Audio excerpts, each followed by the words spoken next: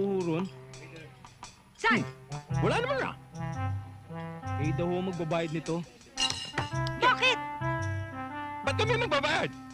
Eh sabi ho eh. Ha? You know, Ruby, one thing I don't want happen in my life sentence is someone wanting me. Anong waning? My son! Pero anyway, I will handle with care. Where is your management? Kasi manager, kamukha mo talaga yung boyfriend ni Ruby. Eh, nagka-break sila eh. Kaya nakita mo, ang lungkot-lungkot niya eh. Oh. Eh, manager, pwede ba? Pag kumaway kami sa inyo, makikaway ka na rin. Yun lang? Oo. All the time. Thank you, manager. Thank you. Thank you, ha? Well, I talked already to the management.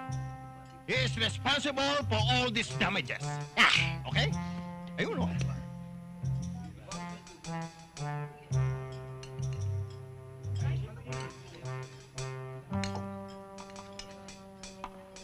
Sir, kayo daw po magbabayad nito eh. Bayad? Anong bayad? Saan? Yung nakaupo ron.